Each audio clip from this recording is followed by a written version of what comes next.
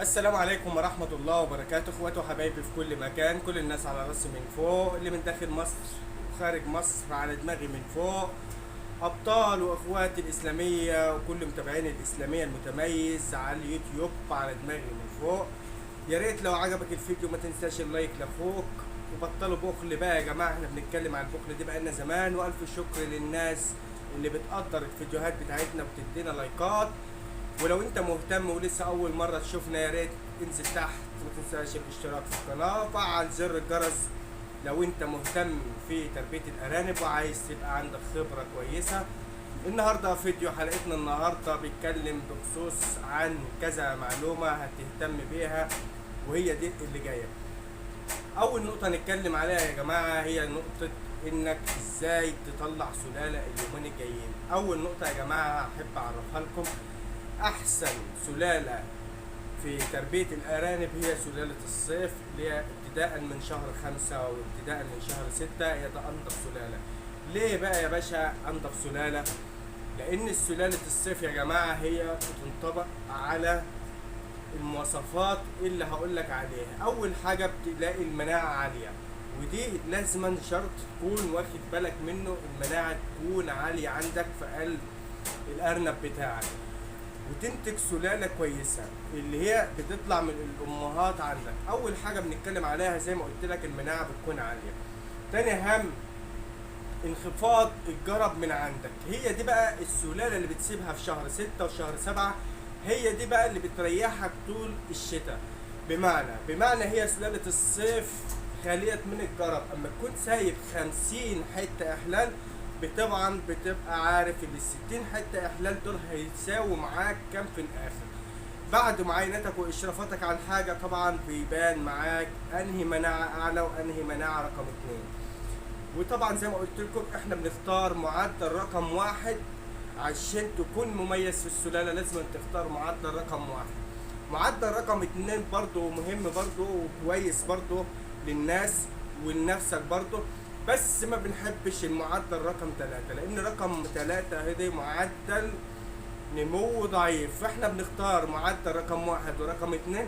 اعلى معدل رقم 1 اللي هو بيوصل معاك في العمر 65 يوم، بيوصل معاك 2 كيلو. ده هو المعدل رقم 1. معدل رقم 2 بقى يا جماعة اللي هو بيوصل معاك كيلو 900 كيلو 800، هو ده المعدل رقم 2. طبعا مش محتاج ان انا اتكلم في المعدل رقم 3. ويا ريت لو عجبك الفيديو ما تنساش اللايك لاخوك وبطلوا بخل بقى. تعالى بقى اقول لك على الجديد. طبعا احنا في الشهر ده شهر 3، النهارده 9/3 او 10/3. 9/3 النهارده 9/3 يا جماعه. طبعا احنا بنعمل ايه وهنفطم في الحر ده؟ طبعا زي ما انتم شايفين الامبير فوق منا وقت يا جماعه درجه الحراره، وعندك المفروض توصل في المزرعه لو انت مش مركب خليه معروف اللي درجه الحراره ممكن ترفع معاك 30 و27 على حسب المنطقه اللي انت مربي فيها. تاني جزئيه هنتكلم عليها ازاي نفطم الفطام المكثف اللي هو بتاع نهايه الشتاء. طبعا كل ده هنعرفه لكم في الفيديو ده. ويا ريت تقديرا منكم ما تنسوش اخوكم وشيروا الفيديو على قد ما تقدروا عشان غيركم يستفيد، لان لسه في لسه مبتدئين كتير لسه ما عرفوش حاجه عن تربيه الارانب، ومربيين برضو وما يعرفوش ملخصات تربيه الارانب. دلوقتي هوريكم جزء عملي في الفطام والموازين اللي احنا بنتكلم عليها واحنا برضو مع بعض في الفيديو، وما تروحش بعيد. يلا بقى يا جماعة نتفرج برضو ونوريكم الموازين، ازاي تعرفوا الموازين والاعمار في عمر كام، وايه الموازين اللي ممكن نقدمها في الشهر ده، او هنعرف العلو بتاع الميزان بتاعهم كام والعمر كام يا جماعة. يلا ما تروحش بعيد. كده الميزان مصفرنه قدام حضراتكم. تعالى يلا نمسك الارانب ونشوف المعدلات معانا كام. طبعا يا جماعة اول عمر هنبتدي بيه هو عمر 32 يوم. نحط على الميزان 800 جرام عمر 32 يوم، يعني كده العلفة كويسة جدا جدا. دي اتفطم يا جماعة. وده ارنب تاني يا جماعة، اكتر حاجة هتلاقوها عندي الابيض.